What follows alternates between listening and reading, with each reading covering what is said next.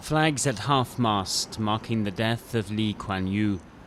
Singapore's first Prime Minister passed away at the age of 91 following a long illness.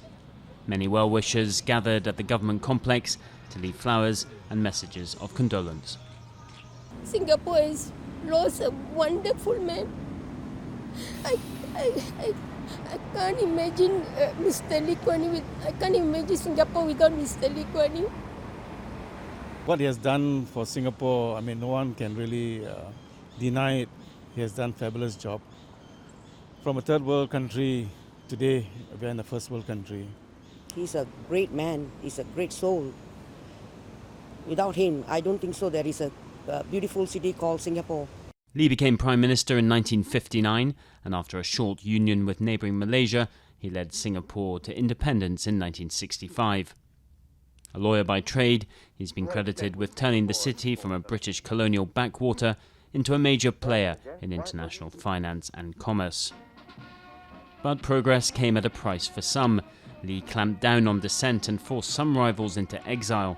At home, he muzzled the media to such an extent that the country is ranked 150 in the world in terms of press freedom by Reporters Without Borders. In the future, in many more years to come, the shadow of Lee Kuan Yew over policy making, I think, will still be there. Just as one example, right? Media policy, Lee Kuan Yew's media policy, which is extremely restrictive. Internationally, the ethnically Chinese Lee's views were often sought, particularly on China, and Beijing itself was quick to pay tribute to the man.